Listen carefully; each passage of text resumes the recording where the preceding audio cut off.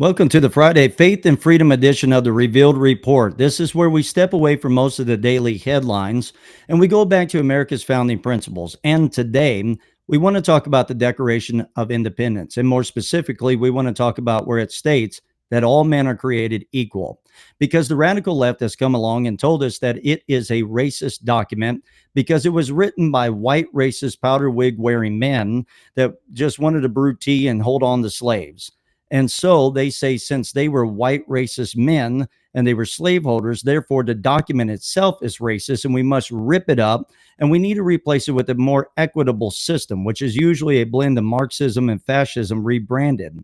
So we want to ask the question, was the Declaration of Independence a racist document that is worthy to be torn up, or was it the mission statement that actually ended slavery and segregation? Today, we dive into it. Welcome back to the Revealed Report. I am your host, John Wilson.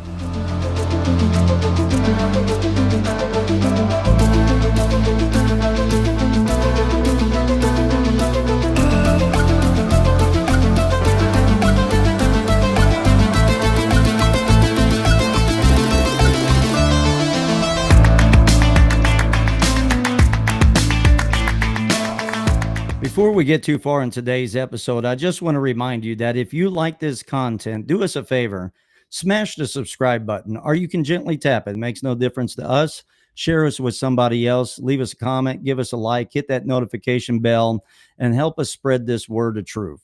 Now, I also want to remind you that if you have not received your copy of The Final Flame, and if you're into novel mystery thrillers packed with great suspense and clean romance, you might want to check out our book, The Final Flame. You can find it on Amazon unless you would like a signed edition. Then you can email us at revealedpublications@gmail.com and we can give you the details on how to get your signed edition.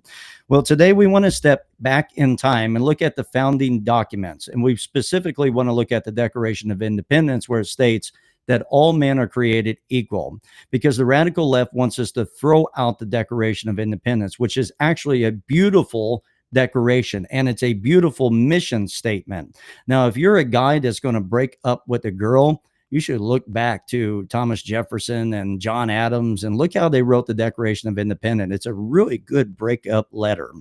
I mean, if you have a psychopathic woman, kind of like, the king of Britain, that's actually wanting to rule over you and nobody else can have you, you're ours.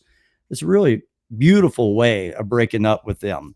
So we find that Thomas Jefferson, John Adams, and Benjamin Franklin, they were involved in this, and Thomas Jefferson was writing it. John Adams said, they won't listen to me, I'm too obnoxious. And so if that's your type of personality, look, there's room for you in American history as well.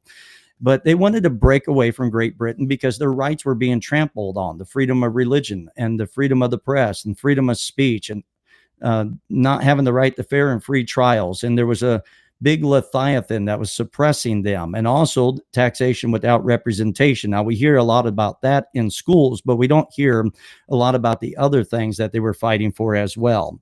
So they began to throw the tea in the harbor and they began to break away from Great Britain. And they began to write this beautiful breakup letter called the Declaration of Independence. And they believe that we have these certain inalienable rights endowed to us by our Creator: life, liberty, and the pursuit of happiness. Now, the pursuit of happiness was not originally pursuit of happiness. It was property. And we'll talk about the reason why it was changed momentarily. But they wanted to break away because they didn't believe that the rights come from government. They believed the rights came from God and that government should protect those rights. And so they were breaking away. However, the radical left comes along and tells us that we need to rip up this beautiful declaration because these powder wig wearing men that were brewing tea were just a bunch of white racists that wanted to hold on to slaves. And therefore, since they're racist, the very Declaration of Independence is hypocritical and it's inherently racist by nature. However, what they don't understand is it was actually a beautiful mission statement that actually was used for the ending of slavery and the ending of segregation. The reason why America was leading the very charge of ending slavery in the world is because of these beautiful founding documents specifically called the Declaration of Independence. Now, you got to understand, we're living in a very, very peaceful modern time in comparison to much of world history, to the point that we've actually become over diplomatic. You can't even look at somebody without them getting offended anymore. But back in age past, it was the age of conquest and different things, and slavery unfortunately was very common. That doesn't make it right. That doesn't make it okay. But it was very common. And as a matter of fact, the U.S. did not have the most of the Atlantic slave trade. Portugal slash Brazil did. They had about 43% of the Atlantic slave trade. Yet we don't see the revolution of trying to tear up Portugal or Brazil or any of them. Even Denmark, Sweden, that the radical left loves, they had a big portion of, or they had a portion of the Atlantic slave trade as well. But they're not trying to tear them up because it's not really about that. It's about uprooting the American system. It's about uprooting the very principles of a limited federal government, a government ran by the people for the people with God at the center of it, because the leftist humanist does not like the idea and the concept of God. Now, there are some that claim Christianity that are falling prey to the radical leftists that are pushing postmodernism and pushing humanism and enslaving them by deception. But the end goal in mind is to tear up the principles of God. And therefore, they have to tear up the founding principles of America as well.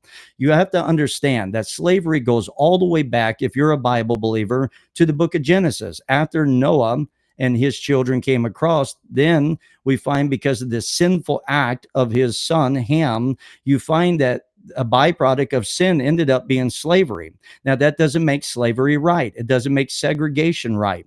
But slavery and segregation and all social injustices are a byproduct of sin. However, the radical left has flipped that upside down. They believe that all hate and all violence and all wickedness and all evil in the world is a byproduct of social injustices. So they feel like to fix the problem, you got to fix the social injustices. And they believe that if they write enough laws, if they legislate enough laws and enforce them, if they tax you and they redistribute the money, they can end all of the social injustices. They also believe they can end world hunger, and they can end all of the hurricanes and tsunamis and volcanoes and all of that.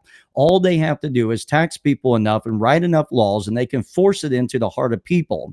What they don't realize is social injustices is not the root of all the problems, but rather social injustice is a byproduct of the major problem. The major problem is sin. It's ungodliness. It's unrighteousness. It's impurity of the heart.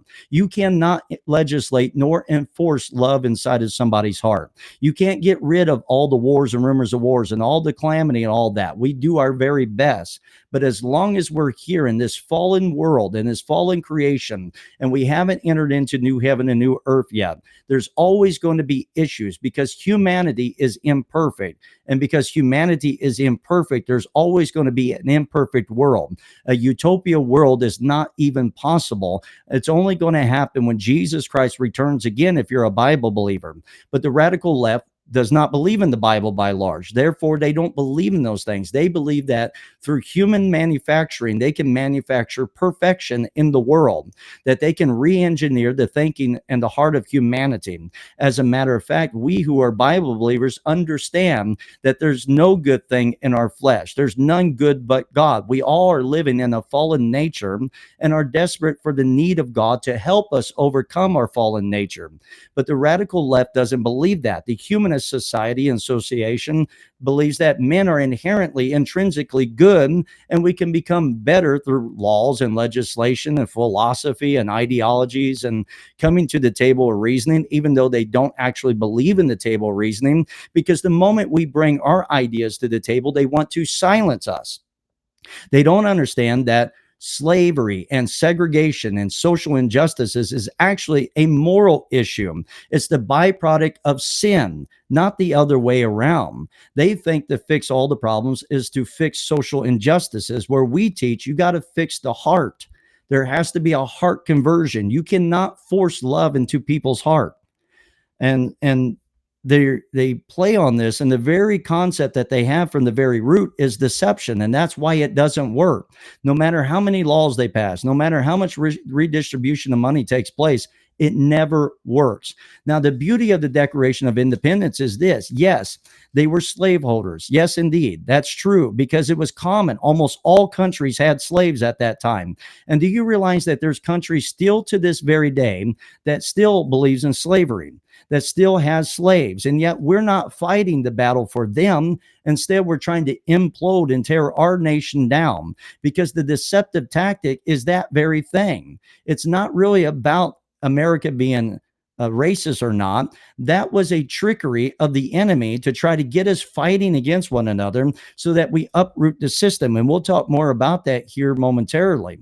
So we have to understand that all the way back from the book of Genesis, slavery, segregation, social injustices, wars and rumors of wars, discrimination, and all of that was a byproduct of sin. But yet the founding principles of America was that all men are created equal. Yes, they did have slaves, but it was that very mission statement that would later end slavery and end segregation. You have to understand, out of the 13 colonies, 11 colonies actually wanted to get rid of slavery. 2 colonies did not, South Carolina and Georgia. Now, Benjamin Franklin understood that if we don't hang together, we will most certainly hang separate, because he understood 13 colonies going against Great Britain would already take a miracle to win that war. So he knew that if King George could divide the base whatsoever, and Republican conservatives need to understand this, if he could divide the base whatsoever and they don't hang together, they'll be hanging separately for treason. So what they did is they came together and they made the 3/5 compromise. You can say it wasn't good. I don't like the deal either, but you have to understand when you are negotiating deals, you don't always get exactly what you're wanting. And they were negotiating through a very hard period of time. As a matter of fact, Thomas Jefferson said, I have the wolf by the ear. I can't afford to hold on to him because God had judged me and I can't afford to let go. And what he meant was, I have slaves and I can't afford to hold on to the slaves because God's going to judge me for this. This is unjust. This is not right. This is not okay. And yet I can't afford to let go of them because King George wants to use them to turn them on us so that he can use them to kill us. And so they were dealing with a very, very difficult time frame. So they went ahead with the 3/5 compromise. But part of that 3/5 compromise was this, that 20 years later, they can abolish the slave trade. And that's what happened. 20 years later, 1807, they began to abolish the slave trade. And as a matter of fact, America put U.S. Navy ships off the coast to try to capture British slave ships. And what they won't tell you, they try to push the 1619 project. Rochelle Riley and Nicole Hannah-Jones, the Burden and the 1619 Project wanted to try to tell you that America's founding was in 1619 when the first slaves came over. Now, what they won't tell you is in America, we had a principle that was based off the Bible, the book of Exodus. Yes, there were racist men, but there were also those that wanted to end slavery, but it was very, very difficult. It wasn't an easy task. As a matter of fact, I believe that we'll look back in the history books at abortion that way and even worse. Can you believe that they killed all those innocent babies? Can you believe that all was happening? Why didn't they just end abortion right then and there? But you can see us on the conservative right, we want to end abortion, but look at all the legal infighting and battling that has to take place to try to win that battle. That's exactly what was happening with slavery. And so what you find is they ended the Atlantic slave trade, but yet we find that predominantly the Democrats wanted to hold on to slaves. It was the Democrats that were wanting to fight for slavery. They wanted to keep slavery. And after slavery was abolished, it was the Democrats that were pushing segregation by large. It was the Democrats that liked Jim Crow laws. It was the Democrats that were partnering up with Margaret Sanger, the head of Planned Parenthood, the founder of Planned Parenthood, to try to sterilize the Black community so they wouldn't rise up. And so it's always been the left that's always been the party of racism and segregation. It's always been a radical left, and they still are today. They just become more clever, and they flip the script, wear a mask and make it look like they're not, but they say they're anti-racist, but really what their anti-racism is just reverse racism. That's all it is. They've always been the party of racism. And so we find that they were legally fighting this out internally, and they were using the very Declaration of Independence, that all men are created equal, as the mission statement to end slavery and segregation. Now, I told you from the very beginning that the Declaration of Independence tells us that we have these certain inalienable rights to the individual endowed to us by our Creator God. Government is to protect these rights, and that is life, liberty, and the pursuit of happiness. Now, originally, it was not pursuit of happiness, it was property. The reason why Benjamin Franklin, Thomas Jefferson, and John Adams switched it from property to pursuit of happiness is because they knew those Southern racist slaveholders were going to try to use that property as a way to justify and defend their usage of slavery, because that is their property. So they went and switched that out to life, liberty, and the pursuit of happiness. And when they said all men, they capitalized men, the M in men, because they were trying to send a signal to them. They were actually trying to rock the boat. They were just trying to stick the dagger in on the ones that were truly racist. And now America was one of the few nations where white men died by the bullet of other white men, sometimes their own family members, to free black slaves. And then when we did, we went and negotiated with the Native Americans so that they would get rid of their slaves. But yet the radical left says we need to rip up the Declaration of Independence, and we need to substitute Christopher Columbus Day for Indigenous People Day. All it is to uproot the American system. They wear the face of a lamb while they're pushing a beast system. And really what they're doing is they're saying they're the ones that are good. They're the ones that are just. But really what they're doing is taking history by sound bites. They're taking a portion of truth to pack all their hidden agenda behind it so that they can uproot the system. And so we find that it culminated in, and matter of fact, when the Whig Party fell and the Republican Party began to rise, the first Republican president, Abraham Lincoln, was the one that led the charge. Now, they'll say Abraham Lincoln didn't care about the slaves. At first, he didn't. But later on, you find that he did. When the Union was losing the war, Abraham Lincoln would begin to make a prayer, and I'm paraphrasing it.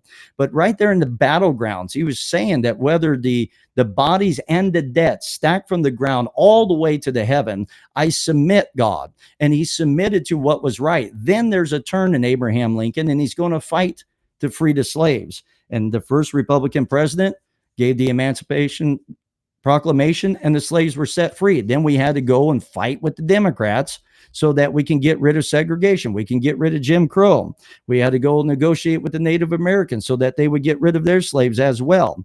Even Woodson, the father of history, Black History Month, when he went back into like the 1830-something consensus, he found out that there was over 10,000 white slaves as well. Now, my question is, how does reparations work there? Because you don't hear about any of that. There was over 10,000 white slaves. There were Irish slaves. There were other slaves. Yes, predominantly black people were the predominant slaves, but they weren't all the slaves. There was white slaves as well. So how does reparations work there? And so you see, it's not about any of that. They use this as deception to tear up the American way. They hate the American system. And what you find is the Marxists always wanted to crush America. You find that Karl Marx, he hated the idea of America. The socialist communists, they hate the idea. Now they're just called democratic socialists. And now they like to blend with fascism. They like to merge the two, and they like to use both principles in a very weird blend to try to suppress people and then try to take it into their globalized agenda, their Agenda 21 that became UN 2030, their Great Reset ideology. And you find that the Frankfurt School of the Frankfurt Institution of Germany, when under Adolf Hitler's Nazism, because they were on the wrong side of socialism, they began to flee into America, and they began to teach their critical theory here. The problem was, and you have Dewey and all of them that were trying to teach critical theory here. And the whole concept of the critical theory was to criticize everything, kind of like the postmodernists, so you uproot the whole system. But the whole idea of Marxism was to get the proletariat and the bourgeoisie fighting one another, get the rich capitalists and the poor fighting against one another. How many times do you hear this about the battle between the rich and the poor? The problem was here in America, it didn't work because we had the ideas of John Winthrop in 1630 when he was the very, he was over Massachusetts colony. He was the governor of Massachusetts colony. John Winthrop, when he came over here on, I think it was the Arbella. He was a minister, and he wrote he gave his speech, and what he talked about was the codependency of people. For civilizations to take place, there's a codependency upon one another. There are some people that have more finances, there's some people that have less, but we are codependent upon one another. What he was saying was this, and if you work a job, you would understand, or if you're a business owner, you would understand. A CEO must be successful for his technicians that going into the homes and doing the work to be successful. And yet the technicians must be successful for the CEO to be successful. You can't have everybody being CEOs with no technicians, and you can't have all technicians without CEOs. There's some people that must be the entrepreneurs that have the money, that have the ability to create these jobs, and they begin to employ people. And so we are codependent upon one another. We don't covet after one another's stuff. It doesn't matter. It's no big I's and little U's. We are dependent upon one another.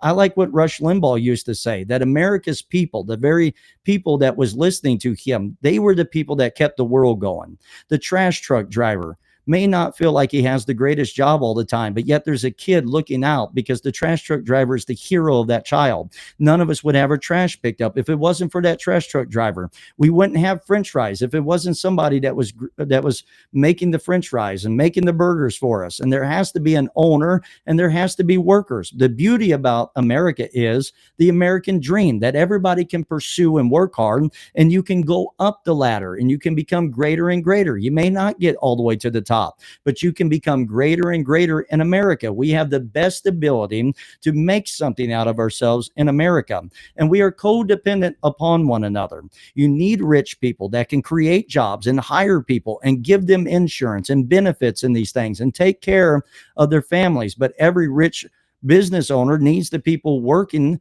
at the bottom that's doing the hard work and making it go by. So we are codependent upon one another. But the radical left always hated this. And matter of fact, at the very founding of America, William Bradford, before America's Constitution, before we became a formalized government, when the Pilgrims came over, William Bradford and them, they tried a commune. They tried to every man's ability to every man's need, to quote Marx, that they all work and whoever needed this could get it. But what they found out, there was no incentive to work because one would be lazy while another one was working hard, and they're all getting equal ends, which is exactly what equity, the new form of equity, is all about. That's what the radical left is preaching and teaching. It's the same thing as Karl Marx. What you find out in history is it de-incentivized work ethic. There was de-incentivized work ethic. People didn't want to work to get the equal ends. And so what they found out is capitalism works. What they found out is being rewarded for working hard and doing good. It's actually a beneficial thing. It creates an incentive to work hard and to pursue. The radical left hates this idea because that means somebody might actually have more money than somebody else. And it's actually sin. It's coveting your neighbor's stuff.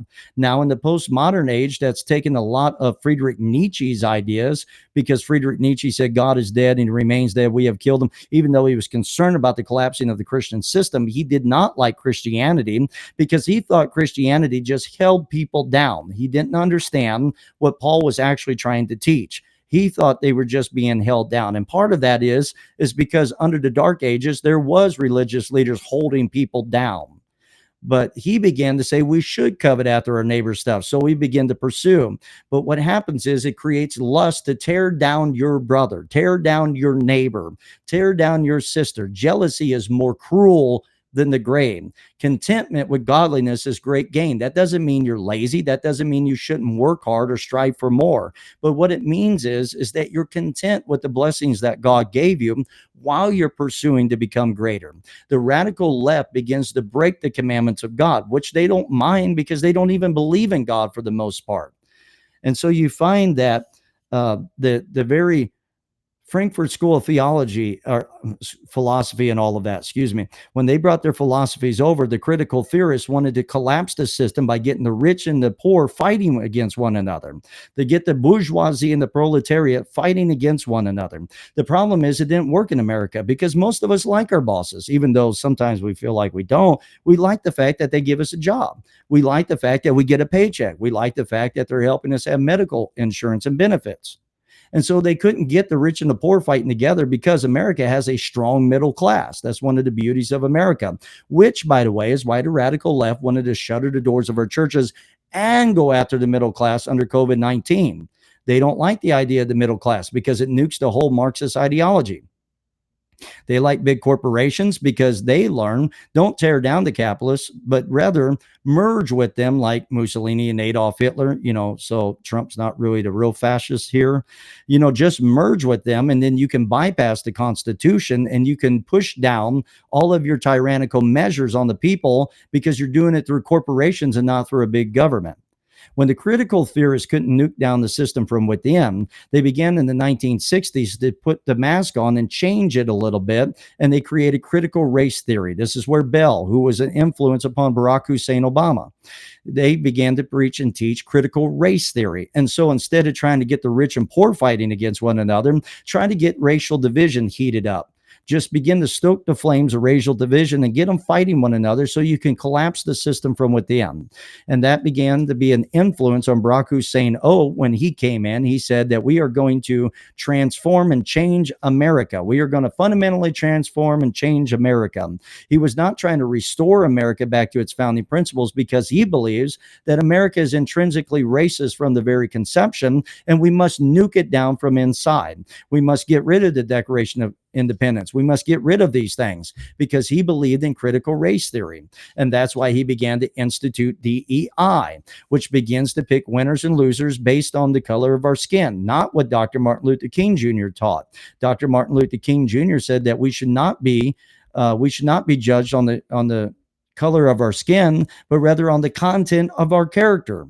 But they didn't believe in that because they wanted to nuke the whole system from within. And so they wanted to, they say it's equitable because what they're doing is they say we're evening the playing field. So we're going to incentivize spending money where there's minority. But if you're a white Christian heterosexual male, then we can't spend our money there because we got to equal the playing field to give everybody a fair opportunity.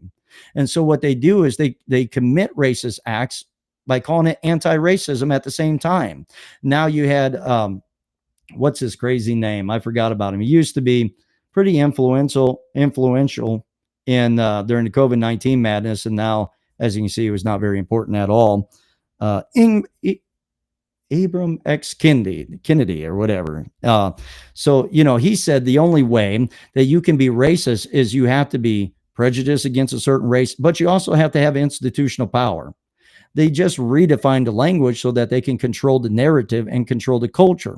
Now, my pushback on that was, I guess the left fits the bill because during the COVID-19 madness, it was the left that had the institutional power to try to lock up our churches and try to shutter the doors of small businesses and middle-class businesses. So you can see they're hypocritical from the very root. They just moved the goalpost and they enlarge the Overton window and they redefine the language on the whim of however they feel. And then they have people on the right that is gullible to that plays by their rules when we need to dismiss it altogether. And not only was this happening politically, where we were shifting into this DEI way of doing things, but also you find that it began to influence religion. It began to pollute mainstream Christianity in some sects. Because what happens is they began to change the moral gospel into the social gospel. Instead of Jesus Christ coming to deliver you from your sins, what they believed that he was coming to deliver you from political and social injustices and oppression. Speaking truth to power, man. Although the whole idea is a misconception, misunderstanding, because the very Jews at that very time frame thought that Jesus was coming to dethrone Caesar and to throw down the power of Rome and to raise up a literal physical throne of David so the Messiah could sit upon it and he can end all the injustices. There would be no more hunger. There'd be no more wars and rumors of wars and all those things. Many Jews today still don't accept Jesus Christ on the basis of these things. Now, that's not an anti-Semitic statement. If you know me, I support Israel, and I'm totally against Hamas, and they need to disarm, regardless of what Mom Donnie says or doesn't say. And so you find that they thought that Jesus was going to deliver them from the oppression of Rome, but he was coming to deliver them from sin. Now, we do believe that we should not be enslaved, and that was part of the American founding. But the radical left plays on all of that. They flip the script and they deceive people. And so they changed the very gospel into the social gospel. We find in the 1850s, the Unitarians hijacked Harvard College. Harvard College was originally a school of clergymen ministering and teaching basic education to young people. And yet the Unitarians came along, and I'm not a part of the Unitarians, although some people have thought I am for certain theological beliefs I have. We are not a part of the Unitarian movement, but the Unitarians came along and they began to hijack Harvard College, and they began to turn it from a moral gospel into a social gospel. They believe to end all of the evil in the world is not to change the heart of humanity by the Spirit of God and the truth, but rather is to end social injustices. And this began to be polluted inside of our churches. So on one hand, you had the radical left infiltrating politics, and on the other hand, they were infiltrating the pulpits. And yet at the same time, they tell us that we're not allowed to talk about all these things because it's political, and we're not allowed to speak about it in our churches. That was only a way to silence us. That's why I say we refuse to be silent. We are not going to bow to the lies of the radical left that's doing nothing more than trying to silence us from pulpits all the way to every institution and every political position in America. And thank God we're finally being emboldened to rise up and speak back to it. And so you find that these two simultaneous things were happening. Now, finally, they were able to use the death of George Floyd, and they did not release all the information. Matter of fact, Keith Ellis, the Attorney General of Minnesota, hid the first tape, said it was too shocking for the general public, where it's George Floyd already saying, "I can't breathe," before he was even laid on the ground. What they did is they used that, snipped out whatever they want, and they threw the gasoline on the flames of racial tension, and they began to stoke those flames right in the midst of the COVID-19 madness, and they began to heat things up in the street, get their lying politicians at the top, and act a color revolution, say you can't have Trump because this is what you're going to get, and they began to try to flip the system inside out and upside down, and it was very effective.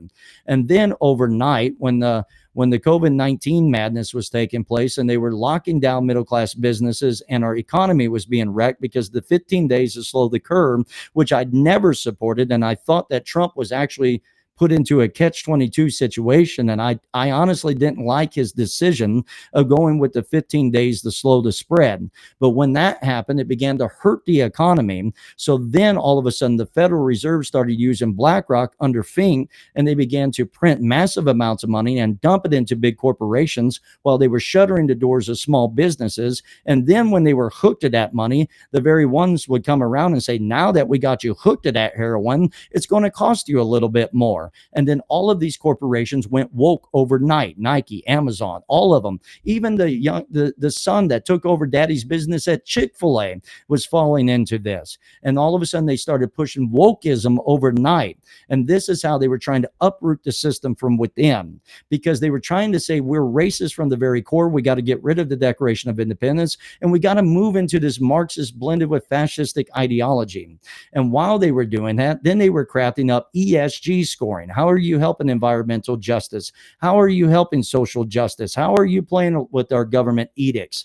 And if you get a good digital score, then we'll invest money into you. And then they were revising Operation Choke Point into Operation Choke Point 2.0, where they were beginning to pick winners and losers, and they were able to cut off the very money flow into businesses that would not play ball with them, that would not play according to their rule book, would not become woke overnight, that would not push their social justice ideology and their environmental climate ideology. And then they would even say that we must fight against the environmental problems because it is racist itself, because it's hurting the polluted cities that where the minorities are more than it is the white communities. They turned everything into the lens of race. They looked at everything in the lens of color, race, sex, sexual orientation, sexual desires, and all of that. That's the lens they looked at. They didn't look at it from the lens of the founding principles. They didn't look at it from the lens of the Bible. They looked at it from the lens of race, because everything they were trying to do was to turn everybody against one another,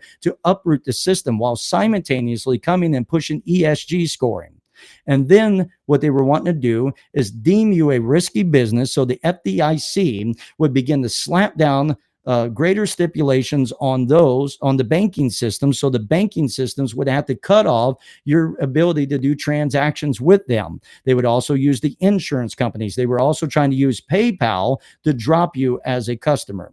They were also trying to go into a digital currency ran through the Federal Reserve, so then you can't use cash in a cashless society. And we were really close to this. And if Calamity Commie Harris would have got in office, maybe it wouldn't happen overnight, but we were getting really close to being in that dystopian hell.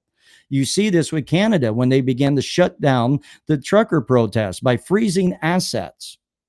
This was their plan. And at the very bottom of it, they were trying to say that America is a racist system that must be nuked from within. What they didn't understand is the Declaration of Independence was a mission statement. All men were created equal. They weren't living in the perfection of that yet. Even Frederick Douglass came to the understanding of this. They were not living in the perfection of that yet, but that was their mission statement. And it was that mission statement that was used to end slavery and end segregation. So if we really want to restore the soul of America, we don't need to buy into the radical leftist racist ideas that is nothing more than Marxist and fascism blended together, and they flip it upside down. They lie to us. They say that we on the right, we are the fascists, we are the Gestapo, that we are the KKK 2.0. They are liars, they are manipulators, and we need to call it out for what it is. One of the problem I have with the conservative right is that they are becoming milquetoast weak. We need to be politically correct. We need to dismantle all of that and call it out for what it is. The radical left, the Democratic Party by large. And if you're a Democrat that's old school, you need to flip sides, because the Democrats are no longer the Democrats. They hate America. They want to nuke America down. They want to uproot the whole system altogether. And the way they do it is turn us against one another by using a lie about the Declaration of Independence, say we're a racist nation, and then they throw fuel on racial tension to try to break up the system altogether. We need to not allow them to get back into positions of power, because if we do, we will become a slave to a globalized system. They'll begin to have a cashless society. They'll have a digital surveillance state. They'll have digital currency. They'll track your digital footprint. They'll use federal unelected bureaucrats to begin to rat and narc you out for anything, even though it may not even be true, so that they can begin to take your guns away. They can begin to silence you. They'll begin to use big tech to silence you, so you can't speak what you want on Facebook. You can't say anything on Instagram. You can't go on YouTube anymore. They'll try to shut down your podcast. Remember, that's what the radical left was trying to do under Lion Biden and Calamity Commie Harris. And all at the bottom of it was this lie that America is racist from its very core and its very roots. That's why we started the Revealed Radio Network. That's why we started a Revealed Report. This was birthed during the COVID-19 madness. This was birthed during the George Floyd riots, when they were trying to divide America. I hate it. I hate the fact that the radical left is trying to divide America. Now, the difference between us and them is we're not trying to end their lives like they will. Even though they preach against guns, they have no problem picking up a gun and assassinating us when they're losing. On the other hand, we want to be more intellectual. We want to know history more than just in sound bites. And we want to win spiritually, ideologically, and politically. And so therefore, we want to win in the spirit realm, and we want to win naturally as well. We want to bring America back to the principles of God's word. We also want to bring America back to the founding principles of this nation, because it's beautiful. The Declaration of Independence is a beautiful document. We need to teach our kids that. We need to teach our grandkids that. We don't live in a system of oppressed and oppressors. We live in America where the American dream is still alive to those who will allow it to be alive in their lives. America, I love you. We want to defend this great, beautiful republic. Now, we know the church will be standing tomorrow, because Jesus said, upon this rock, the gates of hell shall not prevail against it. But if the republic doesn't fully burn down by Monday, we'll see you then. God bless you.